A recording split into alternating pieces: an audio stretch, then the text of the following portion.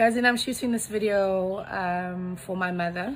She has instructed me and given me the blessing to tell my side of the story, and I've promised her that I will one day, but I've asked her to allow me to do it officially at the end of my case against Khaya at the High Court.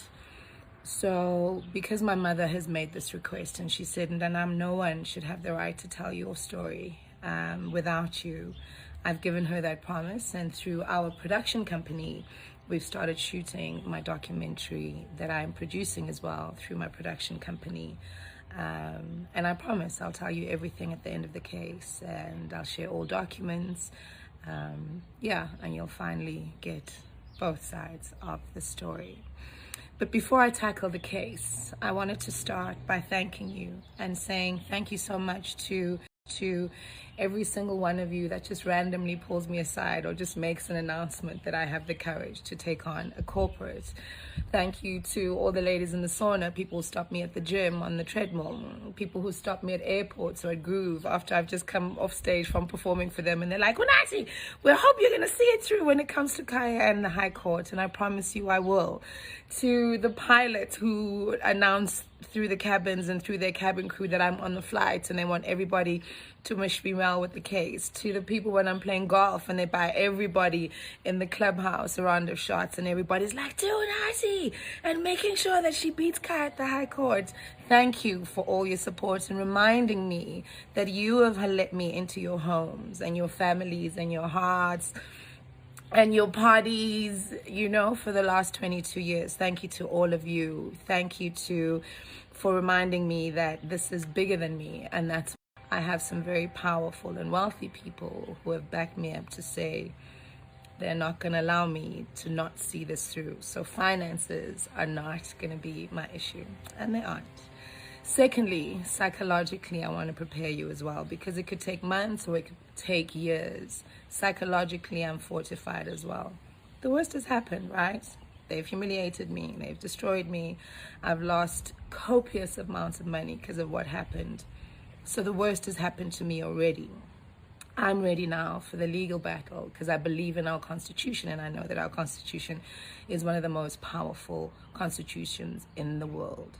Psychologically, what's going to keep me going over the next few years or months, and I hope that allows you to keep going as well, is the fact that I know that Khaya has to work with the very same Sibongile, who was the MD that fired me, and has to coerce Sizwe because I need justice. So I know that every time those people have to gather in my name, Khaya fired Sibongile, who was done badly by Sizwe and Maikanya, all those people have to work in unison to present to the High Court and defend why they fired me illegally. I know psychologically everything's taken care of. So yeah, in the words of Beyonce, I'm ready for war. And to all the listeners who keep telling me, Unsta, I stopped listening because of what they did to you. And to the marketing directors who said, Unsta, I pulled my money and I'm never going back there because of what they've done for you. Thank you to everybody who supported me. And as I said, I'm ready for war. And we'll see this one through. Psychological damage. That's why my mom has asked me one day to tell my side of the story, because she also believes that this has become bigger than me, and this is now a plight for the black woman in corporate South Africa.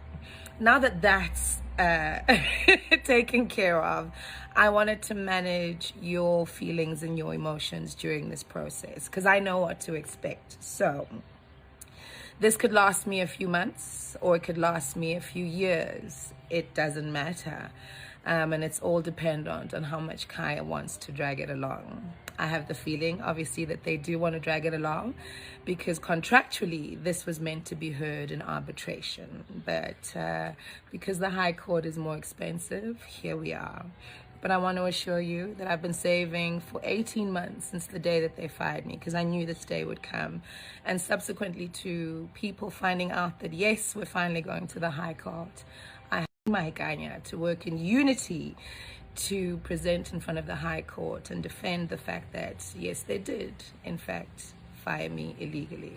So psychologically, I've got that to work with, and I'm so happy that the psychological damage that they're going to go through month after month, week after week, year after week, year after year, if they decide to take it that long, that all of them, Sizwe the chairman, Colleen the interim MD, who both I told when they appointed Sibongile as MD that she would fire me in 6 months because she's trying to settle the score from Metro, because I walked away from Metro with nothing because of her as a matter of principle. I told them that she would fire me within 6 months. She fired me within 4 months, and I asked them to protect me. They didn't. I don't judge them, and that's why we're here now.